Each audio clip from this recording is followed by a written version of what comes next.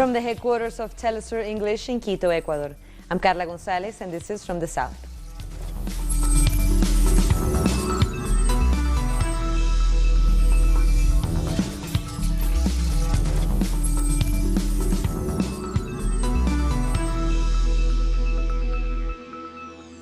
Tens of thousands of protesters took to the streets in Puerto Rico on Wednesday evening in the biggest show of opposition so far to Governor Ricardo Rosello.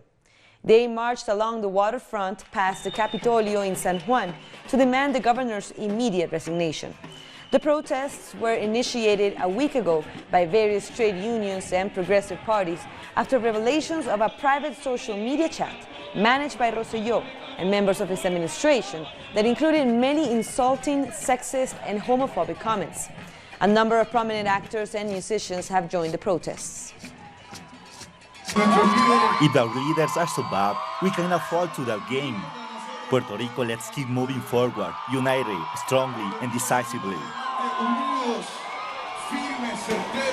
And as the huge demonstration drew to a close, riot police fired tear gas in the colonial city to disperse protesters.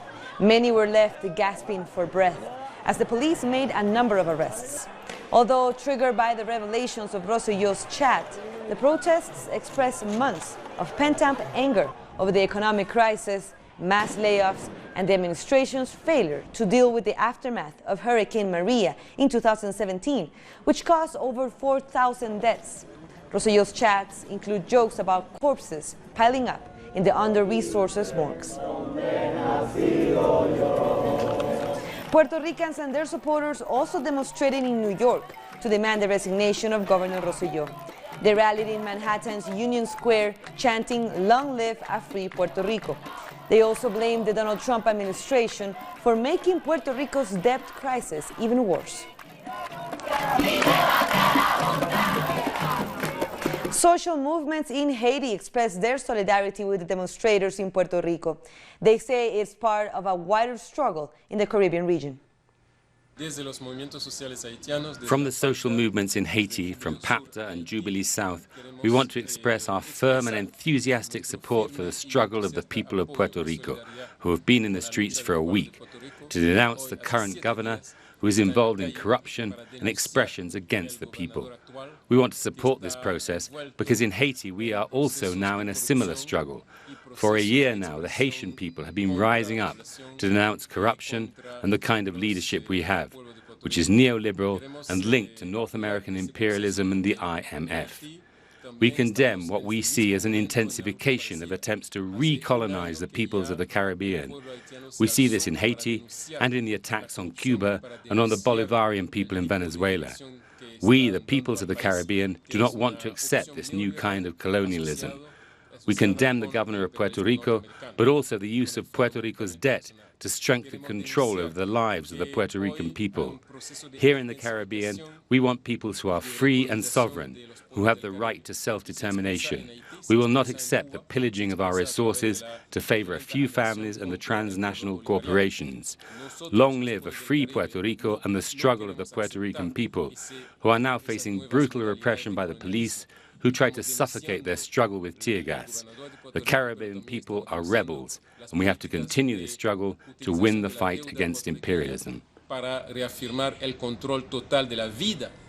In other news, the United Nations Secretary General Antonio Guterres has expressed his full support for the Venezuelan talks being held in Barbados. The vote of support was given early Wednesday in a meeting with Venezuela's Foreign Minister Jorge Arreaza. The dialogue, which resumed on Monday between the Venezuelan government and sectors of the opposition, is being facilitated by Norway. Arreaza says that Venezuela is reviewing joint projects with UN agencies in order to deepen cooperation. We came to share what's been happening in our country with the Secretary General, a country under aggression, and it's always good when multilateralism provides the response needed before unilateral positions, which are trying to suffocate a country. We have received, as always, support for the dialogue process.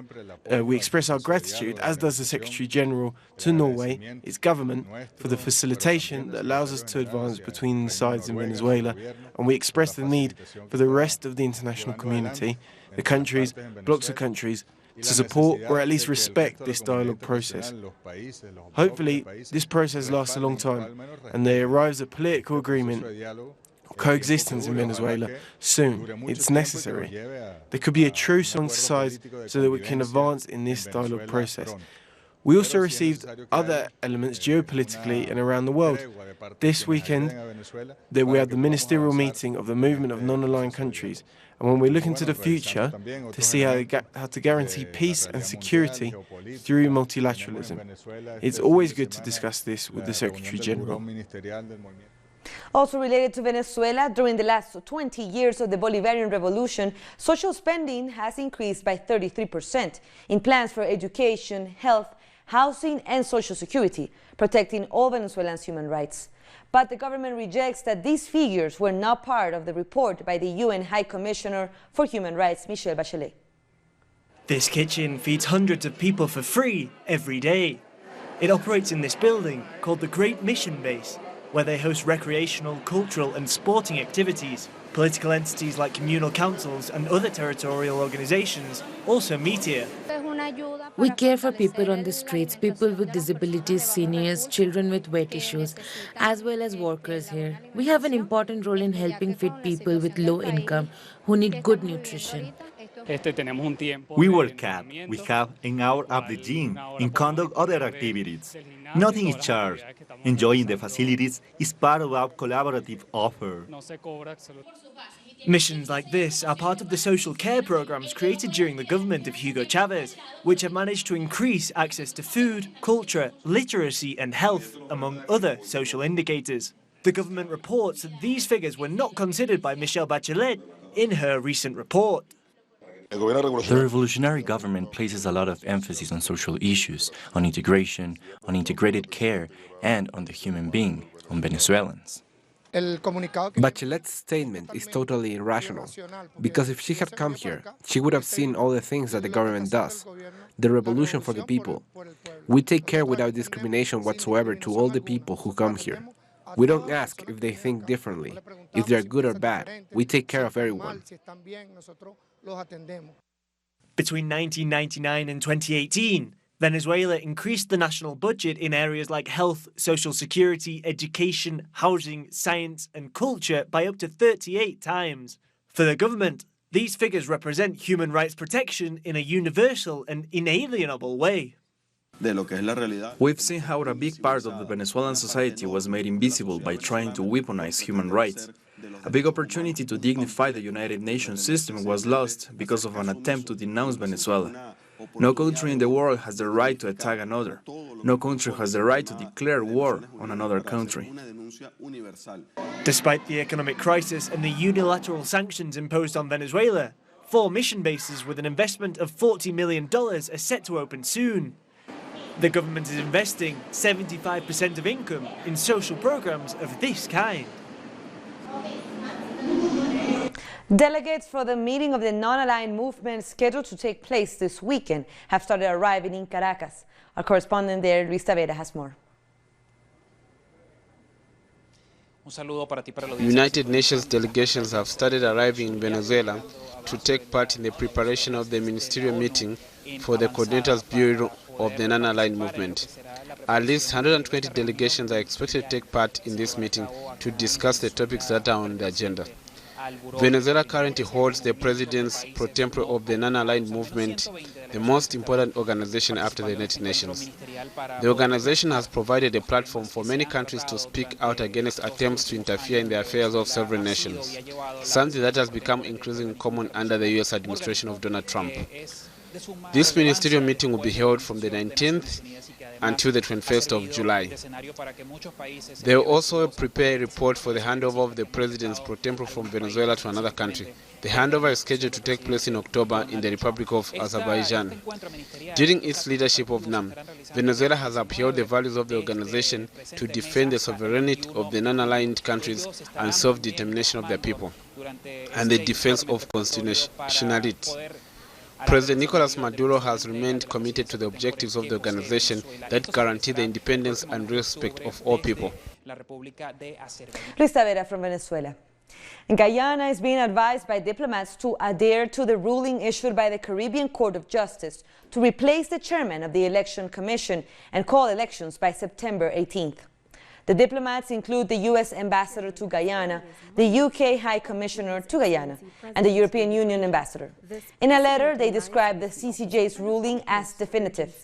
Last week, the CCJ urged Guyana's politicians to ensure that elections are held within the time frame stipulated by the Constitution, 3 months after the no-confidence motion against the government.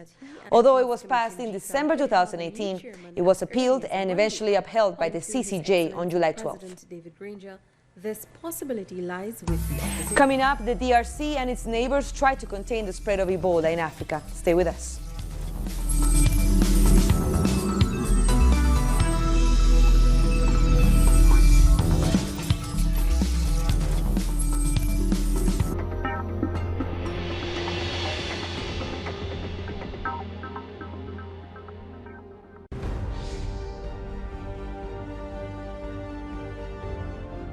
Acompañamos a los pueblos que resisten en cada una de sus luchas. Somos esa ventana que se abre para visibilizarlos entre fronteras.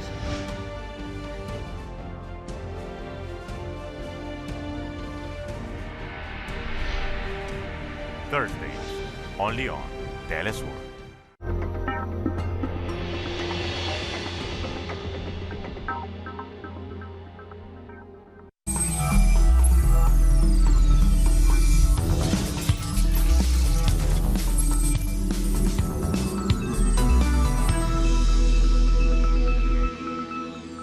Welcome back.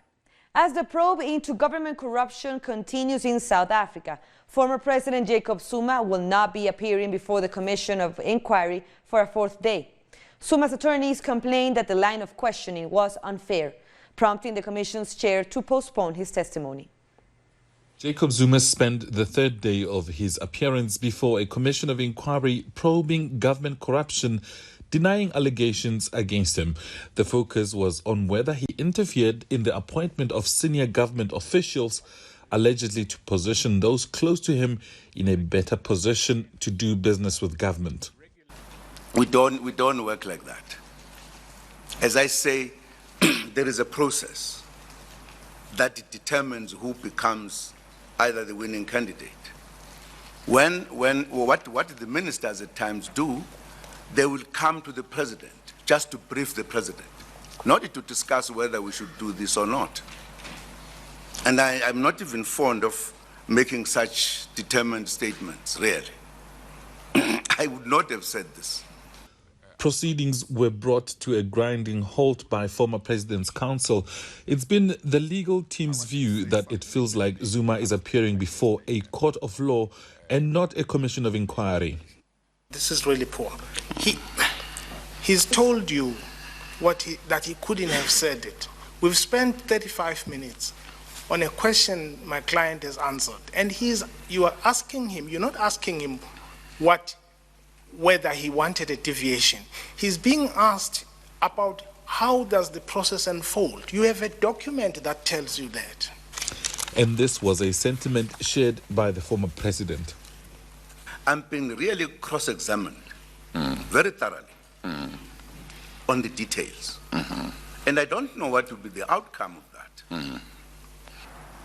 The former president has expressed certain concerns, and what has been agreed is that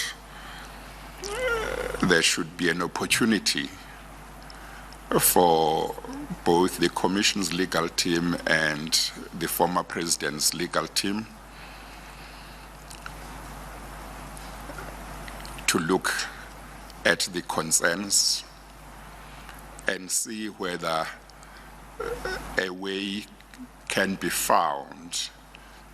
Former President Jacob Zuma's legal team has threatened to pull their client from the inquiry, but all that will be clear on Friday when the proceedings resume. Matuba Mathachi, Telesur, Johannesburg. The World Health Organization officially declared on Wednesday the Ebola crisis in the Democratic Republic of Congo as a public health emergency of international concern. The outbreak has so far killed more than 1,600 people.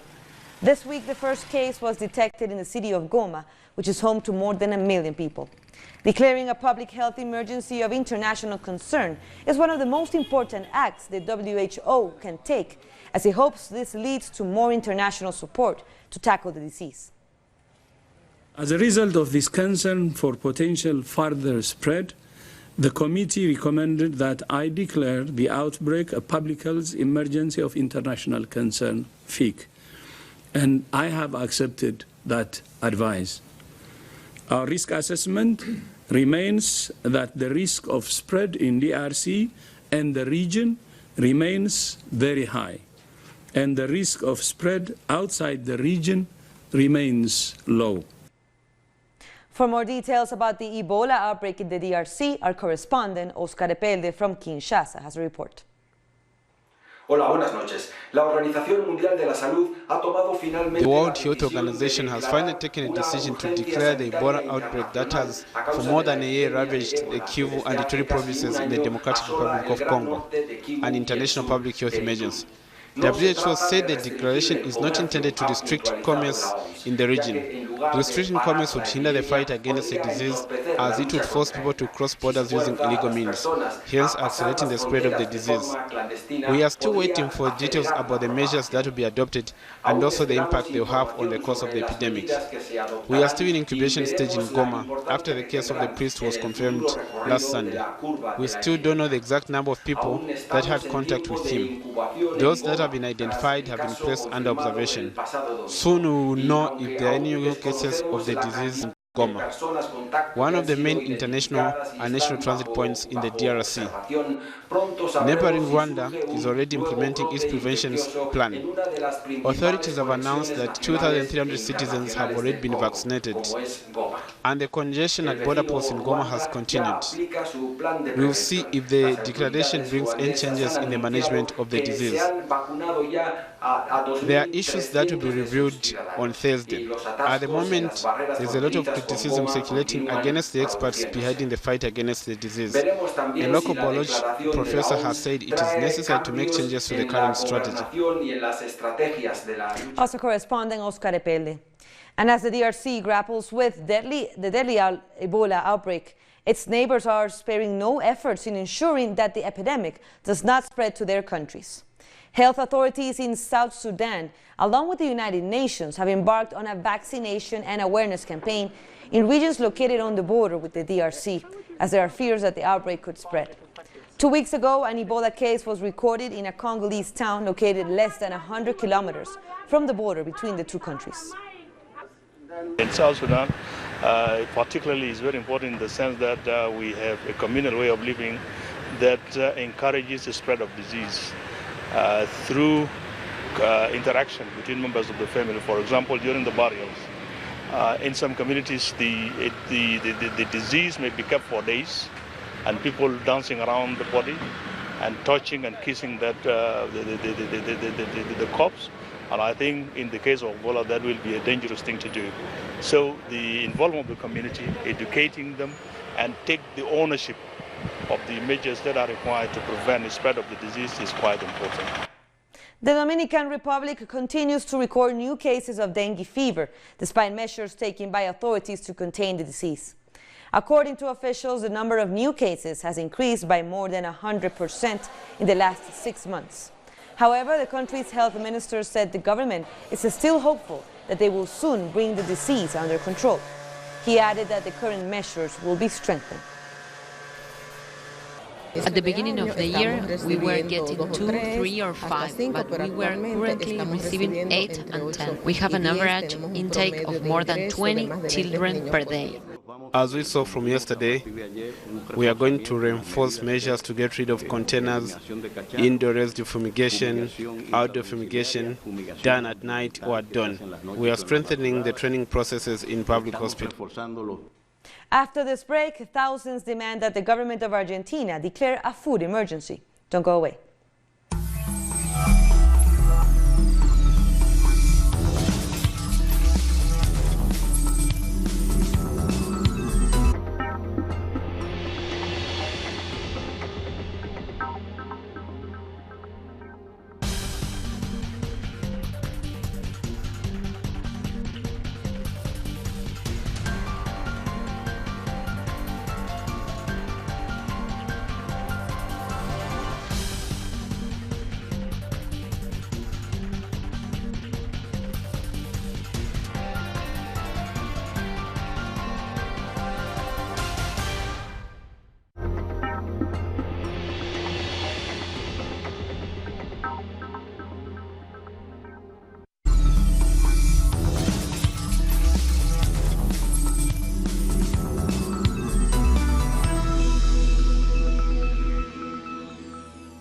Welcome back.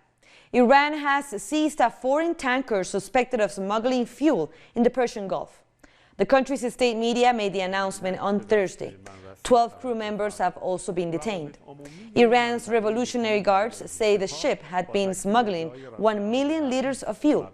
It is not yet confirmed if the vessel is the UAE-based Riyadh tanker that stopped transmitting its position as it sailed through the Strait of Hormuz on Sunday. Iran's Foreign Minister Mohammad Javad Zarif has said the U.S. sanctions on his country are an act of economic terrorism. Addressing the UN Economic and Social Council, Zarif said the unilateral sanctions are causing immense suffering on ordinary citizens. He added that the sanctions are the greatest threat to progress that the country has made in recent years. The U.S. has recently increased the use of unilateral economic sanctions as a tool for achieving its foreign policy objectives. We in Iran face serious challenges in these efforts. Challenges that include natural disasters, land degradation, desertification, and water scarcity. Regional threats and insecurity caused by foreign-sponsored terrorism, extremism, and violence hamper our efforts. Carola Racket, the German captain of the migrant rescue vessel Sea-Watch 3, has arrived in an Italian court. Racket was swarmed by journalists as she refused to make any comments on her way into the building. She's expected to answer charges of aiding illegal immigration. The 31-year-old was arrested in Italy on June 29th after refusing to comply with a ban on entering Italy's territorial waters. She docked the vessel carrying more than 40 migrants in Lampedusa after weeks at sea. Thousands of protesters took to the streets of Buenos Aires on Wednesday, calling on the government of Argentina to declare a state of food emergency and a 4-year extension of the social emergency. The demonstrators, led by social organizations such as Barrios de Pie and the Confederation of Workers of the Popular Economy, marched on the 9th of July Avenue carrying banners and placards. Statistics show that the number of Argentinians facing acute hunger has gone up. The country is currently experiencing its worst inflation since 1991, and the cost of basic products and food has skyrocketed. Macri is making a big pot as if he was a great cannibal. Inside that pot there are people seasoned with this policy of adjustment and hunger. Now to Mexico, where the Foreign Affairs Ministry has announced it will allocate resources for rehabilitation of migrant shelters in the south of the country. The government also plans to install a temporary hostel to address the growing number of minors traveling alone. Migrant centers in the southern and northern border states of Mexico are full to capacity as large groups of migrants arrive from Central America and from countries in other continents. The majority have entered Mexico without identity papers as they attempt to reach the U.S. Why do they keep us here for such a long period of time? We are only passing through. We don't want to remain in Mexico for this long. However, the government, led by President Andrés Manuel López Obrador, has implemented a plan to control and register those who enter the country. A large percentage include children and adolescents who are not accompanied by any adult. According to official figures submitted to the National Institute of Migration, the number of minors making the journey has increased by more than 50% compared to last year. Between January and April 2019, 15,208 minors were intercepted. 4,214 were traveling alone. We continue to work with the model of providing alternative care for migrant children, asylum seekers, and refugees in Mexico. This document is a roadmap that aims to protect and guarantee the rights of children and adolescents in situations of mobility. The Foreign Ministry has pointed out that it is already working with UN agencies for children and refugees to install a shelter to care for this sector. They will also allocate $3 million to improve the facilities of 5 migrant centers. It is an obligation and commitment of this government to take care of people's lives. We don't want a repeat of what happened in previous years.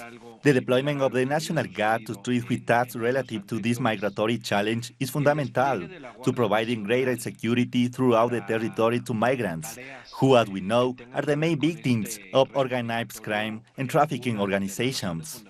The Mexican authorities are also working with a program to improve the conditions at migrant facilities on the border with the United States, where there are more than 12,000 people waiting for a response to their asylum requests to get into the United States.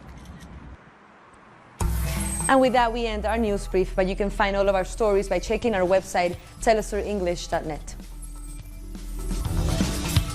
And for our viewers in Africa, you can find us on Star Channel 461 in South Africa and 539 in Nigeria, and you can join us on social media. For Telesur English, I'm Carla Gonzalez. Thank you for watching.